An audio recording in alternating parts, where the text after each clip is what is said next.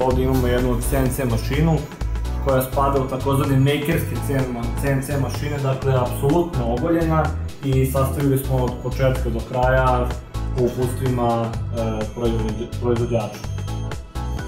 Ovdje također možemo vidjeti jedan motor sa leve strane, jedan motor sa desne strane, jedan motor ovdje pozadi i kao i kod ovog štampača koji pokreće i uvlači žicu da bi glava radila po C osi, ovdje imamo također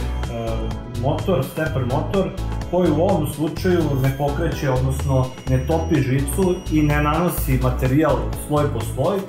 nego skida sloj po sloj materijala.